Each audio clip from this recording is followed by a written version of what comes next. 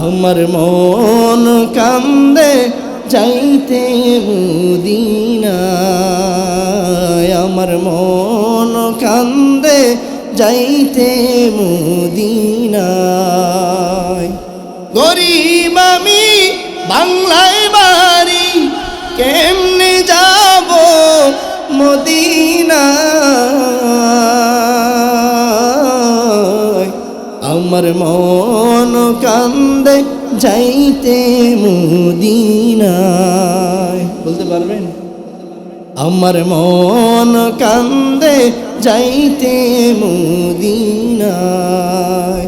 সালাম আমি করব গিয়ে, সালাম আমি করব গিয়ে নবীর রওজায়।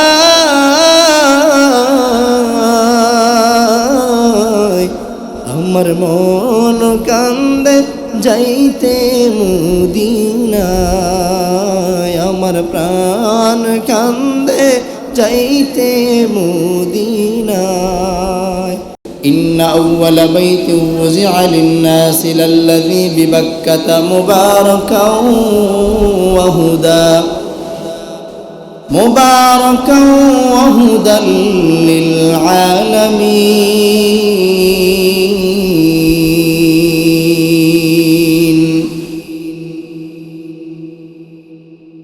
আল্লাহ পাক রব্বুল আলামিন দুনিয়া সৃষ্টি করার পরে দুনিয়ার মধ্যে মাটি ছিল না, স্থল ছিল না, শুধুমাত্র পানি ছিল। পুরা দুনিয়ার মধ্যে শুধু পানি আর পানি ছিল, কোনো মাটি ছিল না। লাল্লাযী বিবাক্কাতা মুবারাকাও ওয়া হুদাল লিল আলামিন। আল্লাহ পাক রব্বুল আলামিন জমিনের মধ্যে মানুষ সৃষ্টি করার জন্য এরাদা করেছেন, ইচ্ছা পোষণ করেছেন। আল্লাহ ফেরেশতাদেরকে ডাক দিয়ে বলে, ও ফেরেশতার দল, শোনো শোনো,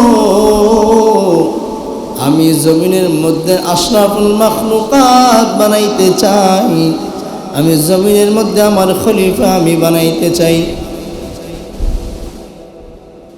এটা এখান থেকে শুরু হয়েছে মক্কা, মক্কাতুল মুকাররমা, বাইতুল্লাহ যে জায়গায় অবস্থিত আছে, এই জায়গা থেকে দুনিয়ার শুরু লগ্ন হয়েছে।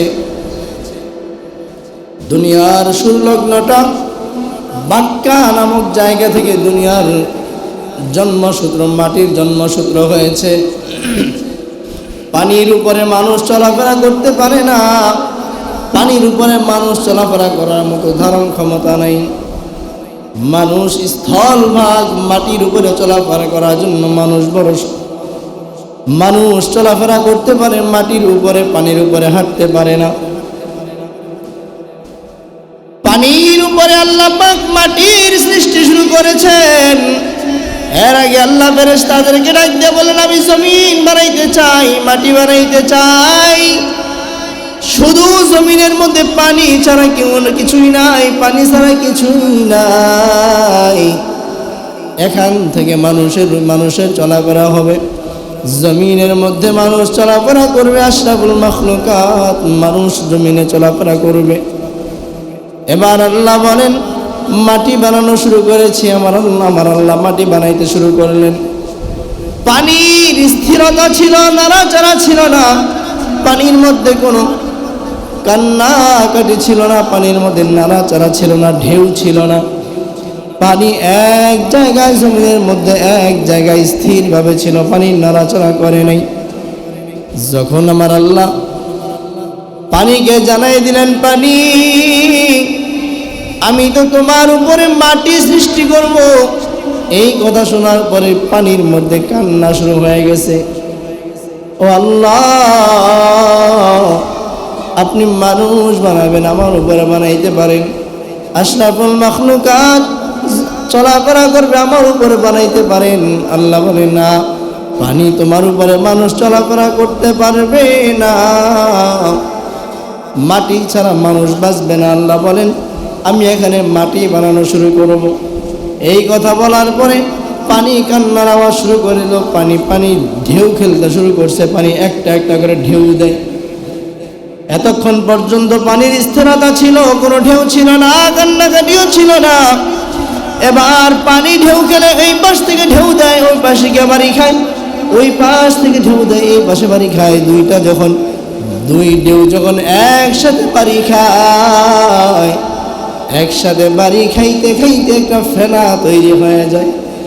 ওই ফেনার উপরে যখন আবার সূর্যের তাপ, সূর্যের আলো যখন ফেনার উপরে লাগে আরো বড় সুন্দর দেখা যায়। এবার যখন আল্লাহ বললেন রে পানি, তোর উপরে একা মাটি সৃষ্টি করবে তা নয়, আমি আল্লাহ জমিনের মধ্যে কিছু ভাগ মাটি সৃষ্টি করব, আর বাকি অংশ তুই পানি থেকে যাবি। এটা বলার পরে পানি একটা মুচকি হাসি দিছে। মুফাসসিরিনে কেরাম বলেন পানি মুচকি হাসি দিল, বুঝলো কেমনে? এবার পানি যখন ঢেউ খেলে, প্রথম ঢেউ খেলে কান্নাকাটি করতেছিল। ঢেউ খেলে যখন কান্নাকাটি করে, কান্না বুঝাইতেছে, কান্দতেছে। যখন ঢেউয়ে ঢেউয়ে বাড়ি খাইল, তখন ফেনা তৈরি হয়ে গেল। ফেনা তৈরি হওয়াতে আল্লাহ বলেন, এই যে ফেনা তৈরি হইল, এটা থেকে পানি মুচকি হাসি দিছে। ওখান থেকে ঢেউয়ের উৎপত্তি শুরু হইল। আগে স্থিরতা ছিল, নাড়াচাড়া ছিল না, স্থির ছিল। এবার যখন নাকি পানি ঢেউগুলা দুই দিক থেকে বাড়ি খায়, ফেনায় ফেনায় বাড়ি খায়, ফেনায় ফেনায় বাড়ি খায়, ফেনা বাড়ি খাইতে গেছে এক পর্যায়ে ফেনাগুলা গাঢ় হয়ে গেছে। যখন দেখবেন একটা সমুদ্রের পানির মধ্যে, যখন কক্সবাজারে গিয়ে দেখবেন সমুদ্রের পাড়ে যখন দাঁড়াবেন, ফেনার উপরে ফেনা, ফেনার উপরে ফেনা। কেন? বারবার বারবার ঢেউ আসতেছে। ঢেউয়ের কারণে, ঢেউয়ের স্রোতে স্রোতে স্রোতে স্রোতে ফেনা যেই তৈরি হয়েছে, ওই ফেনাগুলা একটার সঙ্গে আরেকটা লাগতে লাগতে লাগতে লাগতে গাঢ় হয়ে গেছে। এবার আমার আল্লাহ পাকের আদেশে যেই জায়গায় এখন বাইতুল্লাহ নির্মিত আছে, ওই জায়গাটা হলো দুনিয়ার প্রথম মাটি। ওখানে আল্লাহ পাক রব্বুল আলামিনের আদেশে ফেনা থেকে এবার মাটি তৈরি হতে আরম্ভ হয়েছে। অল্প অল্প করে ফেনা জমা হয়, আবার অল্প অল্প করে মাটিও তৈরি হতে শুরু করেছে। ফেনা থেকে অল্প অল্প করে মাটি, অল্প অল্প করে ফেনা জমা হয়, আবার অল্প অল্প করে মাটি জমা হইতেছে। এইভাবে জমা হইতে হইতে কিছু পরিমাণ মাটি হয়ে গেছে। লম্বা সময় নিয়ে আল্লাহ পাক আস্তে আস্তে আস্তে আস্তে ফেনা থেকে মাটি, ফেনা থেকে মাটি। এবার মাটির সঙ্গে সে ধাক্কা খায় পানি, পানির সঙ্গে যখন মাটির সঙ্গে পানি ধাক্কা খায়, ওখান থেকে আবার আরেকটু ফেনা তৈরি হয়, ওই ফেনা থেকে আবার আরেকটু মাটি তৈরি হয়ে যায়। এইভাবে হইতে হইতে আজকে দুনিয়ার মধ্যে এত মাটি হয়ে গেছে। দুনিয়ার শুরু লগ্নটা মাটি ছিল না, পানি ছিল। পানি থেকে আল্লাহ পাক মাটি বানাইলেন। আল্লাহ বলে, মাটি রে, পানি রে, আমি আল্লাহ মাটি একা জমিনে চলতে দিব না, মাটি একা রাখবো না। আমি আল্লাহ পানিও তোর একা রাখবো না। পানি আর মাটি দুইটার মিশ্রণ একসাথে চলবে মানুষ। ওই বাক্কা, ইন্না আউওয়ালা বাইতিন উযিআ লিন-নাসি লাল্লাযী বিবাক্কাতা মুবারাকাও ওয়া হুদাল লিল আলামিন।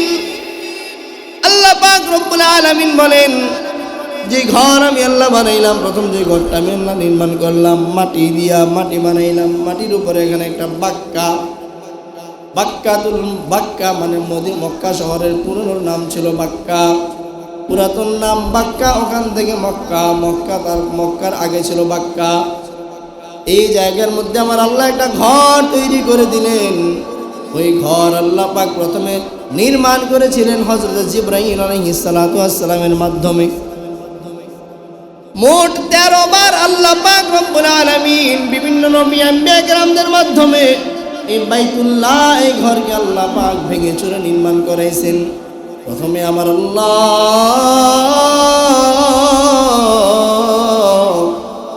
জিবরাইল আলাইহিস সালাতু ওয়াস সালামের মাধ্যমে ওই বাইতুল্লাহ নির্মাণ করলেন আল্লাহ। তারপরে আদম সফিউল্লাহর মাধ্যমে নির্মাণ করেছেন আল্লাহ পাক রব্বুল আলামিন। জমিনের মধ্যে মক্কাতুল মুকাররমা এবং এর আশপাশের এলাকাগুলোতে আমার আল্লাহ নবী পাঠাইলেন মক্কা শরীফের আশেপাশে, মক্কায় যে মক্কা সহ আমার আল্লাহ নবী পাঠাইলেন। নবী এবং রাসূল দুই প্রকারের, সব নবীরা রাসূল নয়, আবার সব রাসূলরা নবী। যেমন পয়গম্বর মূসা আলাইহিস সালাতু ওয়াস সালাম, মূসা কালিমুল্লাহ, তিনি ছিলেন রাসূল। ইব্রাহিম খলিলুল্লাহ, তিনিও ছিলেন রাসূল। দাউদ আলাইহিস সালাম, তিনিও ছিলেন রাসূল। আবার তাকায় দেখেন আমার আপনার পয়গম্বর, সকল নবীরও নবী, তিনি হলেন মুহাম্মাদুর রাসূলুল্লাহ। আদম সফিউল্লাহ, ইব্রাহিম খলিলুল্লাহ, ঈসা রূহুল্লাহ, মূসা কালিমুল্লাহ। আমার আল্লাহ পাক রব্বুল আলামিন এইভাবে নবীদের নামের সাথে লকব লাগাই দিলেন, তারা হলেন রাসূল। ইসমাঈল জবিহুল্লাহ, ইব্রাহিম আলাইহিস সালামের ছেলের নাম ছিল ইসমাঈল, তিনিও তো ছিলেন রাসূল। আমার আল্লাহ শেষ দিকে আইসা পয়গম্বর আরবি আপনার আমার নবী মুহাম্মদুর রাসূলুল্লাহ সাল্লাল্লাহু আলাইহি ওয়াসাল্লামকে জমিনের মধ্যে পদার্পণ করাইলেন। মুহাম্মাদুর রাসূলুল্লাহ, সকল রসুলেরও লিডার, সকল নবীদেরও কি লিডার, সমস্ত দুনিয়ার মানুষের সর্বশ্রেষ্ঠ মানুষ, সর্বশ্রেষ্ঠ মানব নবী মুহাম্মদুর রাসূলুল্লাহ। সকলে পড়েন সাল্লাল্লাহু আলাইহি ওয়াসাল্লাম। নবী আম্বিয়া কিরামরা আসলেন মক্কাতুল মুকাররমা। আমার আল্লাহ পয়গম্বর আদম আলাইহিস সালাতু ওয়াস সালাম, ওনার মাধ্যমে একবার বাইতুল্লাহকে মেরামত করাইলেন, পুনর্নির্মাণ করাইলেন। আমার আল্লাহ পয়গম্বর ইব্রাহিম আলাইহিস সালাতু ওয়াস সালাম এবং ওনার ছেলে ইসমাঈল আলাইহিস সালাতু ওয়াস সালাম, ওনার মাধ্যমে আবার এই বাইতুল্লাহকে মেরামত করাইলেন। আপনার আমার পয়গম্বর মুহাম্মদ আরবি সাল্লাল্লাহু আলাইহি ওয়াসাল্লাম, ওনার বংশধরদের, কুরাইশদের বংশধরদের মাধ্যমে আমার আল্লাহ আবার এই বাইতুল্লাহকে মেরামত করাইলেন। সব মিলিয়ে আমার আল্লাহ আপনার আমার বাইতুল্লাহ, প্রাণের বাইতুল্লাহ, আল্লাহ পাক রব্বুল আলামিন মোট 13 বার এই বাইতুল্লাহকে পুনর্নির্মাণ করাইছেন। কয়বার? লাল্লাযী বিবাক্কাতা মুবারাকাও ওয়া হুদাল লিল আলামিন, সমগ্র দুনিয়াবাসীর জন্য, সমস্ত দুনিয়াবাসীর জন্য আমার আল্লাহ এই মক্কাতুল মুকাররমাকে সৃষ্টি করেছেন। বাক্কার একটা নাম হলো বাঁকা, মানে আল্লাহ পাকের ওই বাইতুল্লাহর কাছে গিয়া কেউ সোজা হয়ে দাঁড়ানোর ক্ষমতা নাই, অর্থাৎ সব মানুষগুলা আল্লাহর কদমে বাইতুল্লাহর সামনে নত হয়ে যায়। ঠিক না বেঠি? বাক্কার আরেকটা অর্থ হলো, বাক্কা মানে বাঁকা হওয়া, ঘাড় বাঁকা হওয়া, মানে ঘাড়কে আল্লাহ বাঁকা করে দেন। বাইতুল্লাহর কাছে গেলে, বাইতুল্লাহর সামনে যখন রাজা দাঁড়ায়, সে যেমন রাজা দাঁড়ায়, সেও তেমন। রাজার জন্য আলাদা কিছু ব্যবস্থা করা থাকে না, প্রজার জন্য আলাদা কোনো ব্যবস্থা করা থাকে না। যেমন মনে করেন এহরামের কাপড় গায়ের মধ্যে বাঁধবে, এহরামের কাপড় গায়ের মধ্যে বাঁধবে, খোদ মাথার মধ্যে কোনো টুপি থাকবে না, সেলাই ছাড়া এহরামের কাপড় যখন বাঁধবে। রিক্সাওয়ালা যদি হজে যায়, উমরায় যায়, তখন ওখানে গিয়া রিক্সাওয়ালা মানুষ ভাইটাও কি করবে? সেলাইবিহীন একটা এহরামের কাপড় তার গায়ের মধ্যে লাগাবে। আবার বাদশাহ যদি ওখানে যায়, তিনিও গিয়ে একই অবস্থা, সেলাইবিহীন একটা, উমরার জন্য হজের জন্য গেলে সেলাইবিহীন একটা কাপড়, এহরামের কাপড় গায়ের মধ্যে বাঁধবে, মাথার মধ্যে টুপি থাকবে না, আর উড়াদুরা দৌড়াইতে থাকবে, বাইতুল্লাহকে তাওয়াফ করবে, আবার সাফা মারওয়া থেকে সাফা থেকে মারওয়া দৌড়াবে, পাগলের মতো দৌড়াবে। হজের ইবাদতটা পুরো দৌড়াদৌড়ি, পাগলেরই ইবাদত, পাগল করা ইবাদত। নামাজ পড়া যেমন শান্তশিষ্টভাবে ইবাদত করতে হয়, আর হজের ইবাদত শুধু পাগলামি করতে হয়। আরাফার ময়দানে গিয়ে থাকতে হয়, আবার বাইতুল্লাহ এসে দৌড়াদৌড়ি করতে হয়, সাফা মারওয়ায় দৌড়াইতে হয়, আবার শয়তানকে পাথর নিক্ষেপ করতে হয়, এহরামের কাপড় সেলাইবিহীন কাপড় পরতে হয়, আবার হজের সময় মাথার চুলও মুন্ডায় ফেলতে হয়। কত রকমের ইবাদত, সব হলো পাগলামি মার্কা ইবাদত। ঠিক না বেটি? কিন্তু এই পাগলামি ইবাদত যদিও বলো তোমরা, তারপরে এটার মধ্যে বড় মজা আর মজা, এটার মতো মজা কোনো ইবাদত নাই। কারণ আল্লাহর ঘর বাইতুল্লাহ, যার চোখ দিয়ে একবার দেখছে অন্তর বড় শীতল হয়ে গেছে। যার চোখ দিয়ে বাইতুল্লাহকে একবার দেখছে তার অন্তরটা বড় শীতল হয়ে গেছে। আল্লাহ পাকের বাইতুল্লাহ চোখ দিয়া দেখলে চোখ শীতল হয়ে যায়, অন্তর শীতল হয়ে যায়। মনে মনে যদি চিন্তা করে মনটাও শীতল হয়ে যায়। কিন্তু আল্লাহ পাক যারে কবুল করে অল্প সময়ে নিয়ে যায়, আল্লাহ যারে কবুল করে না মরার পরেও তারে কবুল করে না। ঠিক না বেঠি? সময় থাকতে হজ করতে হবে। যাদের অর্থ আছে, হজ যদি ফরজ না হয়ে থাকে, যদি অন্তত পক্ষে উমরা করার যে সামর্থ্য হয় উমরা করে ফেলেন। অন্তত উমরা যদি করার সামর্থ্য থাকে উমরা করে ফেলেন। হজ সামর্থ্য থাকলে হজ করে ফেলেন, কারণ এটা বড় একটা ইবাদত। এই হজ ইবাদত, ইবাদতের মধ্যে কয়েকটা প্রকার আছে। একটা হলো শারীরিক ইবাদত, শরীরের মাধ্যমে ইবাদত করতে হয়। এটা হলো নামাজের ইবাদত। নামাজ পড়তে টাকা লাগে না, লাগেনি? এই মসজিদে আসছেন টাকা লাগছে, নামাজ পড়তে আসছেন টাকা লাগছে, নামাজ পড়বেন, শারীরিক ইবাদত। আরেকটা ইবাদত হচ্ছে শারীরিক এবং অর্থের ইবাদত। কিসের ইবাদত?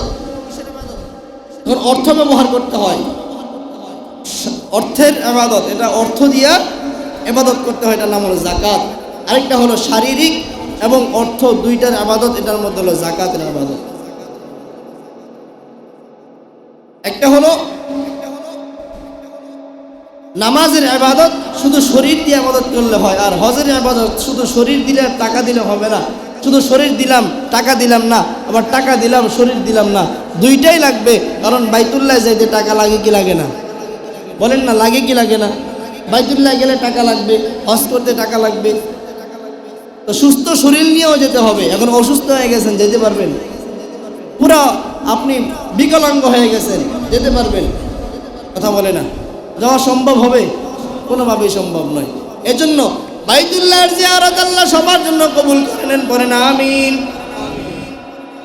বাইতুল্লাহ আল্লাহ পাক রব্বুল আলামিন বাইতুল্লাহর জন্য মুমিনকে আল্লাহ কবুল করেছেন। যদি খ্রিস্টানরা চাইলেও যাইতে পারে না, বরকতময় জায়গা। কারণ আল্লাহ নিজেই তো বললেন, ইন্না আউওয়ালা বাইতিন উযিআ লিন-নাস লাল্লাযী বিবাক্কাতা মুবারাকাও ওয়া হুদাল লিল আলামিন। হেদায়েতের জন্য একটা জায়গা, সমগ্র বিশ্ববাসীর জন্য হেদায়েতের জায়গা। হুদাল লিল আলামিন, সমগ্র বিশ্ববাসীর জন্য হেদায়েতের মাধ্যম এই বাইতুল্লাহ। আল্লাহ পাক বাইতুল্লাহর কাছে গেলে মানুষকে বেগুনা মাসুম বানায় দেয়। বাইতুল্লাহ গিয়ে যদি এক রাকাত নফল নামাজ আদায় করতে পারো, এক রাকাত নামাজের আদায় বিনিময়ে আল্লাহ পাক 1 লক্ষ নামাজের সওয়াব আমল নামায় দিয়া দিবেন। প্রতিটা কদমে কদমে 70,000 নেকি হবে, 70,000 গুনাহ মাফ হয়ে যাবে। প্রতিটা কদমে কদমে যখন সামনে বাড়াইবা, বাইতুল্লাহর কাছে গিয়া যখন সামনে বাড়াইবেন, একটা কদম দিলে 70টা গুনাহ মাফ, আবার 70টা নেকি 70,000 গুনাহ মাফ হয়ে যাবে। আরেকটা কদম দিলে 70,000 নেকি আমল নামায় বৃদ্ধি লিপিবদ্ধ হয়ে যাবে। আবার বান্দা আল্লাহ জানায় দেয়, আল্লাহ পাক রব্বুল আলামিনের কাছে 70,000 পরিমাণ মর্তবা বৃদ্ধি পাবে। তার মানে বাইতুল্লাহ গেলে শুধু টাকা খরচ করে গেলে শুধু লস না। অনেকের যদি বলা হয় বাইতুল্লাহ যান না কেন, জিয়ারত করেন না কেন, হজ করেন না কেন, বলে না, টাকা নষ্ট করে হজে যাওয়া যাবে না।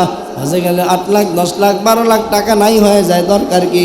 কষ্ট করে টাকা কামাইলাম, আমার কষ্টের টাকা আমি বাইতুল্লাহ খরচ করতে চাই না। আমার কষ্টের টাকা হজ নামক জায়গায় গিয়ে আমার এতগুলো টাকা নষ্ট করার দরকার নাই। আমার টাকা আমার কাছে থাক, আমার কাছে হেফাজতে আছে। হে বাবা শুনে নাও, আমার আল্লাহ জানায় দেয়, আমি আল্লাহ তোমারে আমানত দিয়ে তোমার কাছে টাকা তোমারে দান করেছি। আমি আল্লাহর ইবাদত করতে হলে টাকা লাগবে, টাকা ব্যয় করো। যেখানে যা প্রয়োজন তুমি ব্যয় করো। যাকাত দিতে হবে যাকাত দাও, হজ করা লাগবে হজ করো।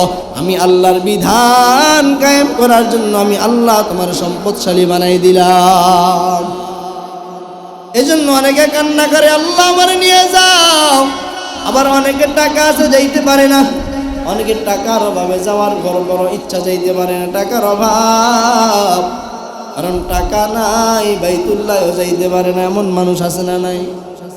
বাংলার প্রতিটা মানুষের অন্তরের মধ্যে, সমগ্র দুনিয়ার মধ্যে তাকায় দেখেন, লক্ষ লক্ষ কোটি কোটি মানুষের অন্তরের মধ্যে বাইতুল্লাহ দেখার জন্য অন্তরে আসা, কিন্তু টাকা নাই বাইতুল্লাহ যাইতে পারে না। কিন্তু অনেক গরিব মানুষ অন্তর দিয়ে আল্লাহর বাইতুল্লাহ দেখার ইচ্ছা। এমনও ঘটনা ঘটেছে, বাংলার জমিনে ইতিহাস আমাদের সামনে আছে, দেখেছি লক্ষ লক্ষ টাকা খরচ করে বাইতুল্লাহ যেতে হয়, কিন্তু বান্দা টাকা নাই পয়সা নাই, কোনো রকম সংসার চালায়, অন্তরের মধ্যে বাইতুল্লাহর প্রেম ভালোবাসা থাকার কারণে আল্লাহ গায়েবীভাবে তাকে টাকা পয়সার ব্যবস্থা করে দিয়া কোনো না কোনো মাধ্যমে বাইতুল্লাহ তারে পৌঁছাই দিছে। যাইতে চান তো বাইতুল্লাহ? হ্যাঁ, কার কার আশা আছে বাইতুল্লাহ যাওয়ার? আল্লাহকে দেখাই দেন দুইটা হাত, আল্লাহ আমাদের সবাইকে কবুল করে নেন। টাকা নাই তো কি হয়েছে, আল্লাহ কবুল করে নেন। টাকা নাই তো কি হয়েছে, মনের মধ্যে যদি চাহিদা থাকে আর চোখের মধ্যে যদি পানি থাকে, আল্লাহর বাইতুল্লাহ দেখার জন্য, আল্লাহর ঘর দেখার জন্য যদি অন্তরের মধ্যে মায়ার প্রেম থাকে, আল্লাহ আপনার আমার বাইতুল্লাহ কোনো না কোনো একদিন নিয়ে যাবে, ঠিক না বেঠি? গরিব আমি বাংলায় বাড়ি, গরিব আমি বাংলায় বাড়ি, কেমনে যাব মদিনায়? আমার মন কান্দে যাইতে মদিনায়, আমার মন কান্দে যাইতে মদিনায়। গরিব আমি বাংলায় বাড়ি, কেমনে যাব মদিনায়? আমার মন কান্দে যাইতে মদিনায়। বলতে পারবেন? আমার মন কান্দে যাইতে মদিনায়। সালাম আমি করব গিয়ে, সালাম আমি করব গিয়ে নবীর রওজায়। আমার মন কান্দে যাইতে মদিনায়, আমার প্রাণ কান্দে যাইতে মদিনায়। আল্লাহ সবাইকে মক্কা মদিনার জন্য কবুল করেন।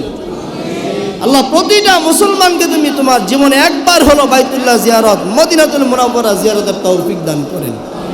আর মক্কা মদিনায় এমন একটা জায়গা, এটা আবেগের জায়গা। এই মদিনাতুল মুনাওয়ারা আমার আপনার প্রিয় নবী মুহাম্মদুর রাসূলুল্লাহ শুয়ে আছেন। এই মক্কার জন্য আমার আপনার নবী এই মক্কা নগরীতে ইসলাম কায়েম করার জন্য, দ্বীন প্রতিষ্ঠার জন্য রক্ত জড়াইছেন, দান মুবারক শহীদ করেছেন, কত না খেয়ে দিন কাটাইছেন, কাফেরদের অত্যাচার সহ্য করেছেন। এই মক্কাতুল মুকাররমা মদিনাতুল মুনাওয়ারা সাধারণ কোনো জায়গা নয়, এটা মুসলমানের আবেগের জায়গা। এখানে মানুষ লক্ষ কোটি টাকা খরচ হলেও মানুষ সেখানে যেতে বাধ্য, ঠিক না বেঠিক? এজন্য মুসলমান ভাইরা আমার অনুরোধ করে বলবো, যাদের সামর্থ্য আছে অন্তত একবার হলো যাওয়ার মতো ব্যবস্থা করেন। যাদের সামর্থ্য আছে এই সময় নষ্ট করার সুযোগ নাই, কারণ কখন জানি চক্ষু বন্ধ হয়ে যায় আর চক্ষু খুলবে না। এজন্য হজ যাদের ফরজ হয়েছে মেহেরবানি করে হজে যাওয়ার প্রস্তুতি নেন। আর যাদের হজ ফরজ হয় নাই, কিছু পরিমাণ সামর্থ্য আছে, ওমরা করা পর্যন্ত ওমরায় চলে যান, নবীজির রওজা দেখে আসেন। কারণ বাইতুল্লাহর দিকে তাকায়া যে ব্যক্তি বাইতুল্লাহ যাওয়ার পরে, মক্কাতুল মুকাররমায় যাওয়ার পরে কোনো ব্যক্তি যদি বাইতুল্লাহর দিকে প্রথম নজর দিয়া যে দোয়াটা করবে আল্লাহ সেই দোয়াই কবুল করবেন। অর্থাৎ মক্কাতুল মুকাররমা মদিনাতুল মুনাওয়ারা দুইটা হলো বরকতময় জায়গা। আল্লাহ নিজেই বলছেন, ইন্না আউওয়ালা বাইতুন বুজিআ লিন-নাসি লাল্লাযী বিবাক্কাতা মুবারাকা ওয়া হুদাল লিল আলামিন। বলে এই মক্কাতুল মুকাররমা জায়গাটা হলো একটা বরকতের জায়গা, রহমতের জায়গা, পরিপূর্ণ বরকত দ্বারা ভরপুর জায়গা। এজন্য প্রশান্তি নাই। জীবনে তো কত টাকা নষ্ট করে এদিক সেদিক গেছেন না? কত জায়গায় চলে যায়, দেশ বিদেশে ভ্রমণে চলে যান, লক্ষ লক্ষ টাকা নষ্ট করে। যখন মন খারাপ থাকবে, টাকা আছে, চলে যান বাইতুল্লাহ, মন ফ্রেশ হয়ে যাবে, বিপদ কেটে যাবে, ওখানে গিয়ে আল্লাহর কাছে সাহায্য চান। আমাদের জন্য যেমন প্রতিটা গম্বুজওয়ালা মসজিদ আছে, মিনারওয়ালা মসজিদ আছে, এই মসজিদ ঘরগুলো আল্লাহর ঘর, বাইতুল্লাহ আল্লাহর ঘর, তবে দুইটার মধ্যে ব্যবধান আছে না নাই? এখন বাইতুল্লাহ আল্লাহর ঘর, সেখানেও আবাদত করে, এই মসজিদও আল্লাহর ঘর, আমরা এখানেও আবাদত করি। এখন বাইতুল্লাহ মনে করে যদি এখানে আমরা আবাদত করি, তওয়াফ করি, হবে নি হজ? তার মানে বোঝা গেল দুই বাইতুল্লাহ তফাৎ ব্যবধান আছে না নাই? এই জন্য টাকা খরচ করে হলো বাইতুল্লাহ যেতে রাজি আছে তো ইনশাআল্লাহ। আল্লাহ আমাদের সকলকে কবুল করেন, মানার বোঝার আমল করার তৌফিক দান করেন।